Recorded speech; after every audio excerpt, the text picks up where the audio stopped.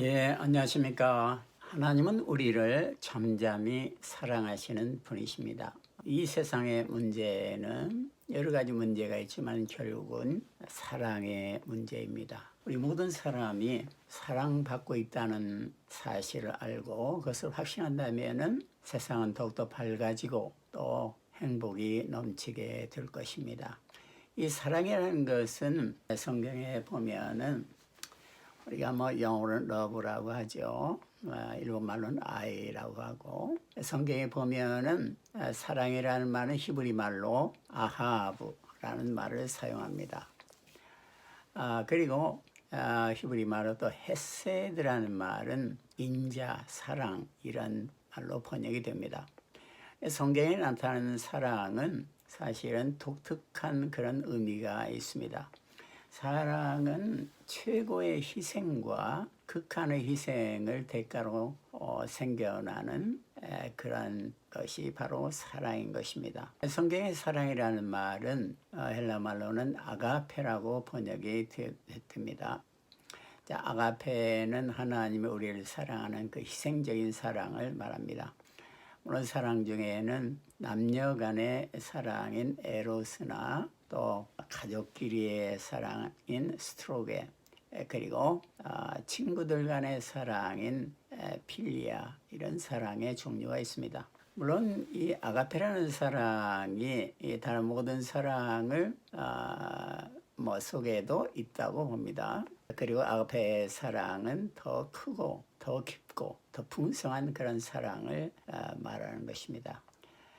자, 하나님은 우리를 사랑합니다. 하나님의 인간에 대한 사랑, 귀한 사랑이죠. 독생자를 보내셔서 십자가의 죄를 용서하기 위해서 우리를 대신하여 죽으신 하나님의 사랑, 또 하나님에 대한 사랑이 있습니다. 하나님을 사랑한다. 그 하나님의 사랑을 받았기 때문에 우리가 하나님을 사랑하는 그 사랑이 있습니다. 또 이웃에 대한 사랑이 있습니다. 그런데 이웃에 대한 사람에 대한 사랑은 결국은 하나님의 우리를 향한 사랑을 알고 또 하나님께 대한 사랑을 가지고 있는 사람이 가장 효과적으로 할 수가 있습니다. 그래서 우리는 이웃을 사랑하라고 하고 원수까지 사랑하라고 하지만은 죄 많은 인간이 이웃을 사랑하고 원수까지 사랑하기는 참 힘들죠. 그러나 우리가 하나님이 얼마나 우리를 사랑하셨는가, 그리고 하나님을 사랑하는 사람들은 이웃도 사랑할 수 있는 힘을 하나님께로부터 부여받게 되는 것입니다. 자, 하나님은 우리를 어떻게 사랑하시느냐? 하나님은 우리를 잠잠히 사랑하십니다. 잠잠히 사랑한다는 것은 크게 하나님이 우리를 사랑한다고 외치거나 매일마다 떠들지 않아도 하나님이 우리의 삶 가운데 우리를 사랑하시고 우리를 돌보시고 우리를 용서하시고 지키신다는 그 하나님의 그 숨은 사랑이 우리의 생애 가운데는 흐르고 있다 이겁니다. 오늘 본 말씀에 보면은 스바냐서 3장 16절 17절입니다. 그날의 사람이 예루살렘에게 이르기를 두려워하지 말라. 시온아, 내 손을 늘어뜨리지 말라. 너희 하나님 여호와가 너희 가운데 계시니 그는 구원을 베푸실 전능자시라. 그가 너로 인하여 기쁨을 이기지 못하게 하시며 너를 잠잠히 사랑하시며 너로 인하여 즐거이 부르며 기뻐하시리라. 너를 잠잠히 사랑하시며, 하나님은 우리를 잠잠히 사랑하신다고 약속하고 있습니다. 우리 하나님의 자녀들, 때로는 낙심이 되고 절망이 될 때 손을 늘어뜨리고 디프레스 될 때도 있는 것입니다. 그런데 오늘 말씀은 주님께서 시온아, 내 손을 늘어뜨리지 말라. 그 이유는 너희 하나님 여호와가 너희 가운데 계시다 이겁니다. 우리는 손을 늘어뜨릴 정도로 디프레스되고 낙심이 된다 할지라도, 그러나 그런 때라 할지라도 우리 하나님 여호와께서는 우리 안에 계시다 이겁니다. 하나님이, 전능자이신 하나님, 우리를 사랑하시는 하나님이, 뭐든지 할 수 있는 하나님이 우리 가운데 계신다면 우리는 손을 늘어뜨릴 필요는 없는 것입니다. 우리 하나님 여호와께서 우리 가운데 지금 계십니다. 그는 어떤 분이냐니까 구원을 베푸실 전능자이신 것입니다. 하나님이 해결하지 못할 문제가 없습니다. 하나님이 치유하지 못할 병이 없고 하나님이 강하지 못하게 할 그런 정신적인 디프레스도 없는 것입니다. 자, 하나님은 구원을 베푸실 전능자이십니다. 그래서 우리를 인해서 기쁨을 이기지 못한다고 했습니다. 엄마가 사랑하는 자녀들을 품에 안고 기쁨을 이기지 못하며 활짝 웃는 모습을 우리는 종종 보게 됩니다. 아이가 아무리 몸이 약해서 부들기가 힘든다 할지라도 엄마들은 아기를 안고 기쁨으로써 이기지 못하며 아이를 안아주고 그 뺨에 뽀뽀를 해주고 이렇게 하는 것을 볼 수가 있습니다. 그것은 엄마가 아이를 사랑하기 때문에 그런 것입니다. 그래서 기쁨을 이기지 못하여 그 팔이 아픈지도 모르고 아이를 안고 아이를 사랑하는 것을 우리가 보는 것입니다. 자, 하나님은 우리를 사랑하시는 분이십니다. 하나님이 우리에게 내가 너를 사랑한다 말하지 않더라도 하나님은 우리를 지금도 잠잠히 사랑하고 계십니다. 제가 미국에 있을 때 어떤 그 목사님의 설교를 들은 적이 있습니다. 그 목사님은 교통사고로 아내와 딸을 다 잃어버리게 됐어요. 절망 중에서 그 목사님이 이제 기도원에 올라갔다고 그래요. 미국의 그 황량한 기도원에 올라가서 산에 올라가서 기도를 하는데 하나님이 아무 말도 하시지 않더라 이거죠. 그래서 너무나 답답하고 이제 금식 기도를 하고 마지막 날 이제 내려와야 되는데 아무 말도 주님이 하지 않더라 이거죠. 그런데 그 기도원에서 보니까 그 수많은 그 십자가의 전신주가 이제 쫙 그 광야에 서 있는 모습이 보였습니다. 그 헤아릴 수 없는 수많은 십자가의 전신주가 이제 그 앞에 열을 지어서 서 있는 것을 보고 그 목사님이 그렇지, 주님이 나에게 말을 하지 않는다 할지라도 주님이 나의 죄를 위해서 나를 용서하고 사랑하기 위해서 십자가에 매달려 돌아가셨지. 그 하나님의 그 소리 없는 음성을 그는 듣게 되었다고 간증하는 것을 제가 들은 적이 있습니다. 자, 하나님은 우리를 잠잠히 사랑하시는 분이십니다. 그리고 우리 때문에 하나님은 즐거이 부르며 노래 부르며 기뻐한다고 오늘 성경은 말하고 있습니다. 자, 하나님은 우리를 잠잠히 사랑하시는 분입니다. 자, 그러면 이 하나님께서 성경에 구체적으로 어떻게 나타나 있습니까? 먼저 하나님은 우리를 사랑하시되 우리를 곤고함에서 이끌어내셔서 살찐 것으로 식탁을 차려주십니다. 우리의 삶은 때로는 곤고함에 처할 때가 많이 있습니다. 양도 그렇죠. 양도 잘못 들어가다 보면은 골짜기 가시던 물 사이에 가시나무 밭에 몸이 끼어가지고 움직일 수 없는 그런 때도 때로는 있는 것이죠. 그런데 그때마다 목자는 양을 찾아서 그 양을 그 가시던 물 속에서 끌어내가지고 그를 상처를 치유하고 이제 양의 우리로 또한 목초로 인도하는 것을 볼 수가 있습니다. 자, 하나님은 우리를 곤고함에서 이끌어내셔서 그 곤고한 상황에서 넓은 것으로, 좁지 않고 넓은 것으로, 더 평안하고 기쁨이 있는 것으로, 더 아름다운 것으로 인도하시고 또 우리 앞에 살찐 상을 차려주신다고 했습니다. 맛있는 식탁을 차려주시고 이거 먹어라, 힘을 내라 이렇게 말씀하신다 이거죠.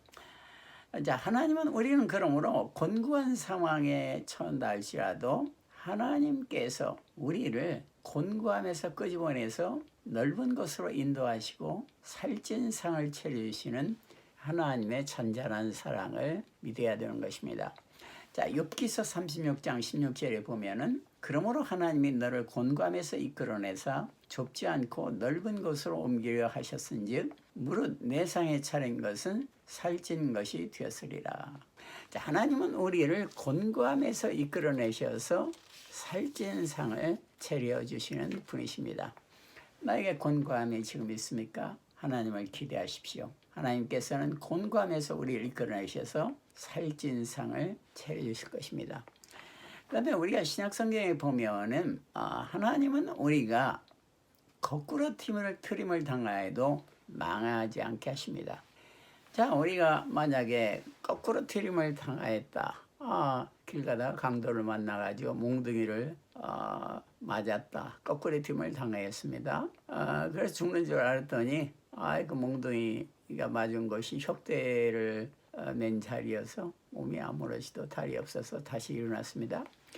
자, 하나님은 우리가 거꾸로 트림을 당하여도 망하지 않게 하시는 분이십니다. 우리가 때로는 힘이 들어서 거꾸로 트림을 당한다 할지라도 우리는 망하지 않게 하는 하나님의 그러한 은혜를 기대해야 되는 것입니다. 왜 거꾸로 트림을 당하여도 망하지 않느냐? 우리가 거꾸로 트림을 당하여도 우리 안에는 예수님이 있기 때문인 것입니다. 예수님은 지금도 살아계시고 우리 안에 계십니다. 그래서 우리에게 새로운 생명을 주십니다. 예수님은 죽음을 이겨 부활하신 분이십니다.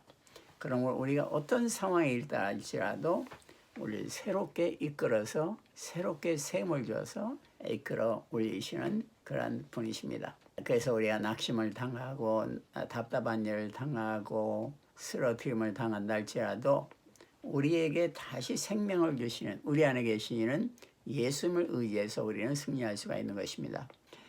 고린도후서 4장 8절 10절에 보면은 우리가 사방으로 우겨쌈을 당하여도 쌓이지 아니하며 답답한 일을 당하여도 낙심하지 아니하며 핍박을 받아도 버림받지 아니하며 거꾸로 트림을 당하여도 망하지 아니하고 우리가 항상 예수 죽인 것을 몸에 짊어지면 예수의 생명도 우리 몸에 나타나게 하려 함이라.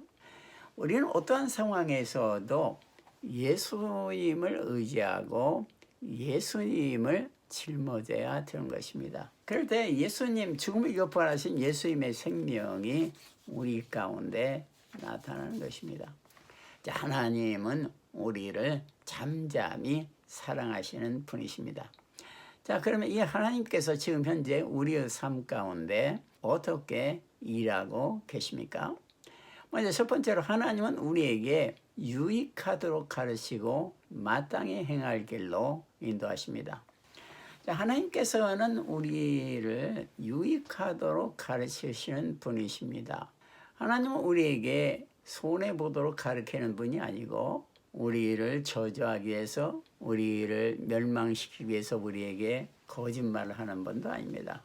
사탄은 도적은 죽이고 거짓말하고 멸망시키기 위해서 우리에게 오지만은 우리 예수님께서는 우리의 선한 목자로서 우리에게 생명을 주고 더 풍성히 하기 위해서 오신다고 했습니다. 하나님은 유익하도록 우리에게 가르친다고 그랬는데 이걸 영어로 말하면은 God teaches you what is best for you. 우리에게 가장 좋은 것을 가르친다 이거죠. 가장 좋은 것을 주시고 가장 좋은 것을 가르쳐 주신다 이거죠.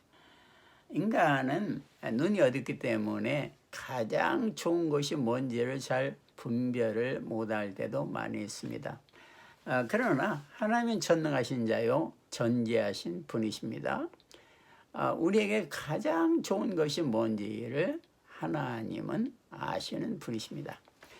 그래서 그것을 우리에게 가르쳐 주시고 또한 하나님은 마땅히 행할 길로 우리를 인도하신다고 했습니다. 자, 우리는 마땅히 행할 길을 잘 모를 때가 많아요. 이것이 나에게 이익이 되는 길이다 이렇게 생각하지만은 그것은 나에게 결정적으로 해를 끼치는 그런 길이 있을 수도 있는 것입니다. 자, 하나님께서는 우리를 의의 길로 인도하신다고 시편은 말하고 있습니다. 그리고 우리를 마땅히 행할 길로 우리를 인도하십니다. 우리가 때로는 눈이 어두워서 죽음의 길 향해서 갈 때도 있는 것입니다. 그러나 선한 목자 되시는 하나님은 우리가 마땅히 가야 할 길을 아시기 때문에 인도하십니다. 자, 이사야 48장 17절에 보면은 너의 구속자시오 이스라엘의 거룩하신 자이신 여호와께서 가라사대 나는 내게 유익하도록 가르치고 너를 마땅히 행할 길로 인도하는 너희 하나님 여호와라. 그래서 우리의 구속자이신 하나님께서는 우리에게 유익하도록 가르치고 우리를 마땅히 행할 길로 인도하십니다. 자, 두 번째로 하나님은 무궁한 사랑으로 우리를 사랑하는 거로 인자함으로 우리를 인도하십니다. 자, 하나님은 먼저 우리를 끝이 없는 사랑으로 우리를 사랑하고 계십니다. 자, 하나님의 우리를 향한 기본은 사랑입니다. 저주가 아니고 진멸이 아니고 용서하지 않는 것이 아니고 용서하고 새롭게 힘을 주고 영원히 사랑하는 무궁한 사랑. 뭐 금방 사랑하다가도 금방 미워하는 그런 사랑이 아닙니다. 하나님의 사랑은 끝이 없는 영원한 everlasting 영원한 사랑이 하나님의 사랑입니다.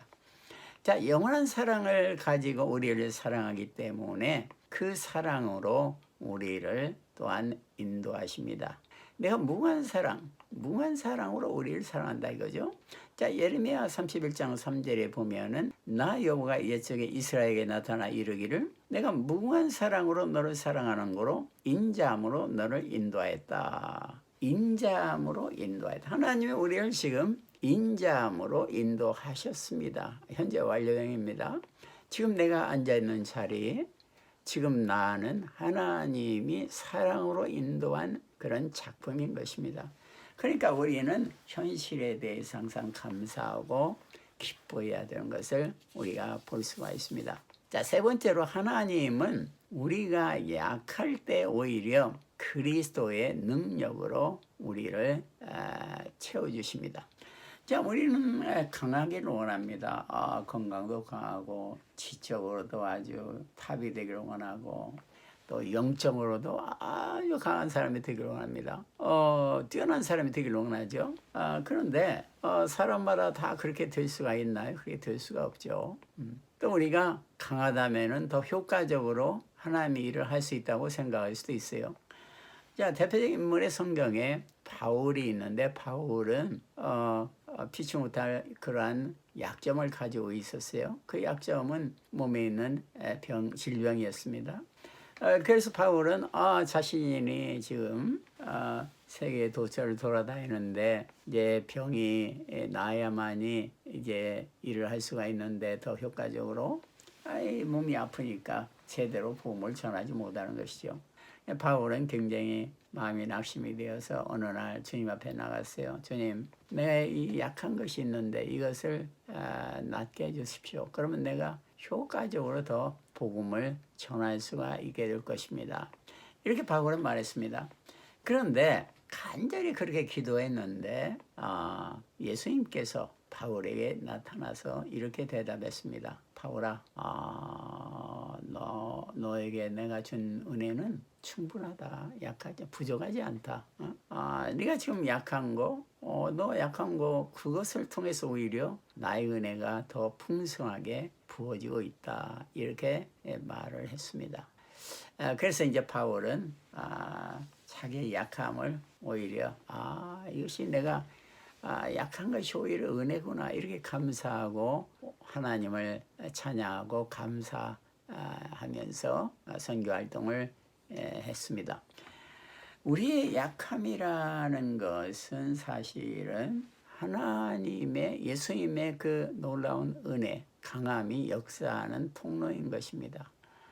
우리가 약할 때 하나님은 오히려 더 큰 은혜로 우리를 채워주신다 이겁니다. 자, 고린도후서 12장 9절에 보면은 내게 이르시기를 내 은혜가 내게 족하도다. 이는 내 능력이 약한 데서 온전해짐이라 하신지라.